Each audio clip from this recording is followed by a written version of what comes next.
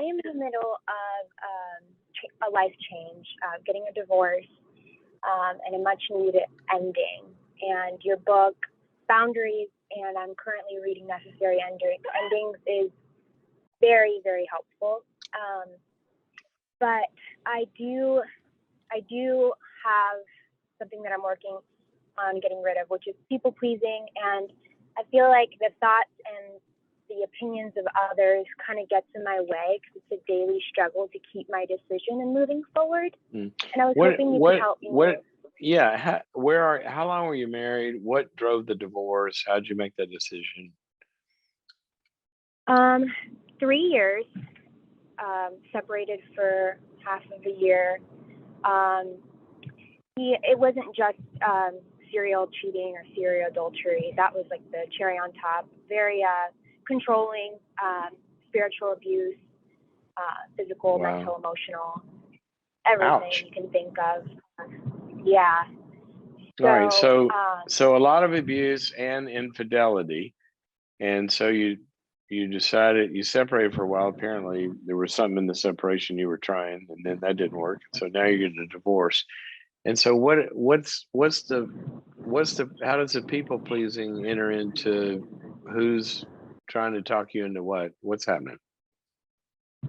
So there are certain people, some family members, not all, and Christian, because I'm a Christian family members who I respect and look up to. My grandmother, stayed in her marriage, and there was a type of infidelity that happened one time, and she doesn't really understand the, depth of what's going on. Hold on, sorry. Oh, so she doesn't know the facts. Yeah, but I guess the old school thinking of, stay no matter what and just keep it quiet and under the rug kind of thing is still her mentality, wanting things to work out for the best of the kids, of course. And then pastors that I listen to online with their views. So pretty much, how do I stick to my guns and not let the opinions of others add to the struggle of my day-to-day journey? Well, what if we start with the assumption? Let's just start with an assumption, okay? What if we assume that the opinions of others are going to carry weight?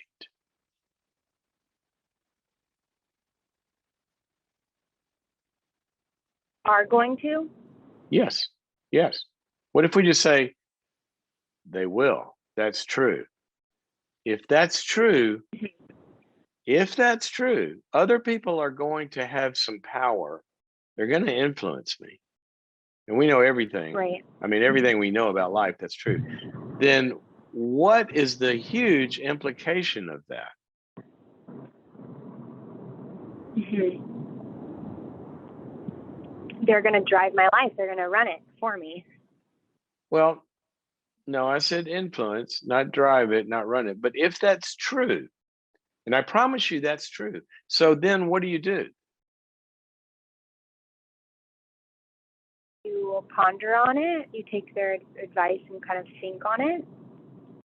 Okay, let me be a little more clear. If people are going to affect me, which they do, then I better get around the right people, because people are going to affect me. So what I'm saying here, I wrote a book called The Power of the Other. And one of the reasons I wrote that book is to try to do something to get rid of this pop meta psychology out there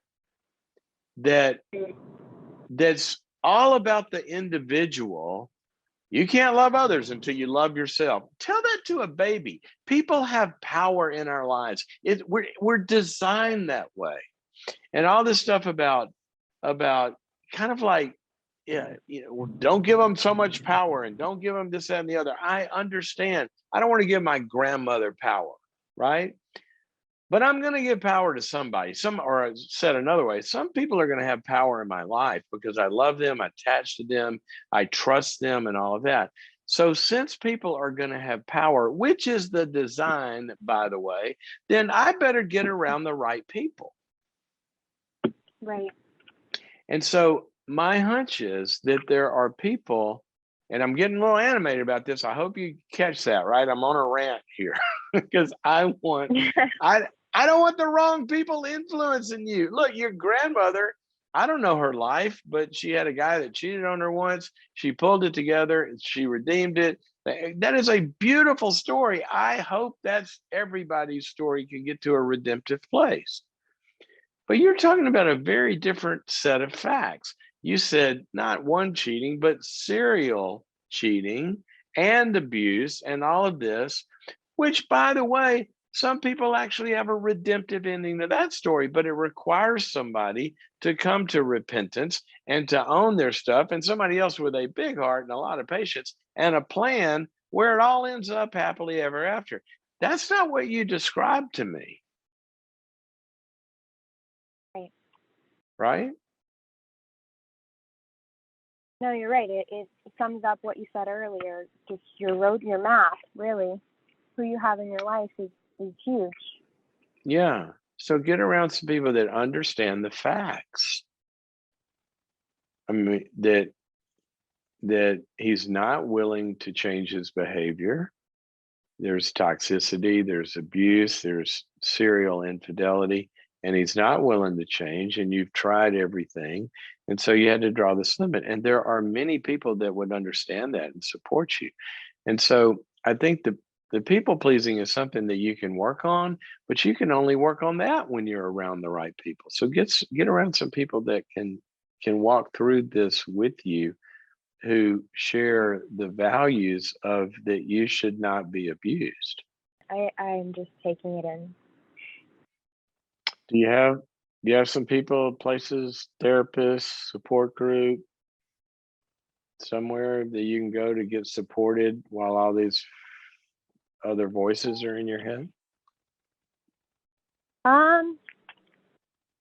Yes. But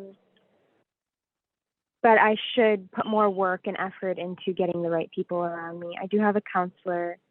Good. Yeah. Good. Okay. Anything else I can help you with?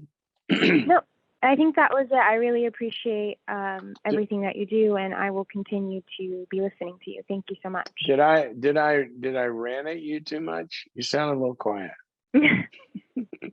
No, I'm just coming to terms with some things. Okay. Well, come to terms with things with somebody that can listen to you and can support you. Because I hear in your question, I hear you're trying to stand up to try to find some sanity and try to get out of abuse. And you're around some people that don't support you trying to get some sanity and get out of abuse. And you really need support to do that. I've never seen it done without it, really. Okay. Yeah. Yes. All righty. I'm going to gift you a couple of things. First of all, I'm allaboundaries.me. I want you to talk to Albie, the whole platform, because you're going to find a lot of courses in there. But specifically, there are 2 webinars that I want you to go watch. One of the webinars that's available on boundaries.me for other people is recovering from divorce. And I want you to watch that one. And also the one about restoring restoring our brokenness. I think it's the name of it. Anyway, that's my gift to you, and I hope that Thank you. That helps you. Okay, God bless. Yeah, thanks so much. You're welcome. Okay, guys, we talked about in the beginning of the program, we talked about the importance of this map. I mean, the last 2 calls, I mean, I pray for this show all the time. I pray for the callers. I pray for the content. I pray for all of it. And I just, a lot of times, I mean, I can just see God at work. And it seems like this is one of those days. I mean, we started off talking about the map, and listen to what the calls were about today. It was about what happens when the map is not in place.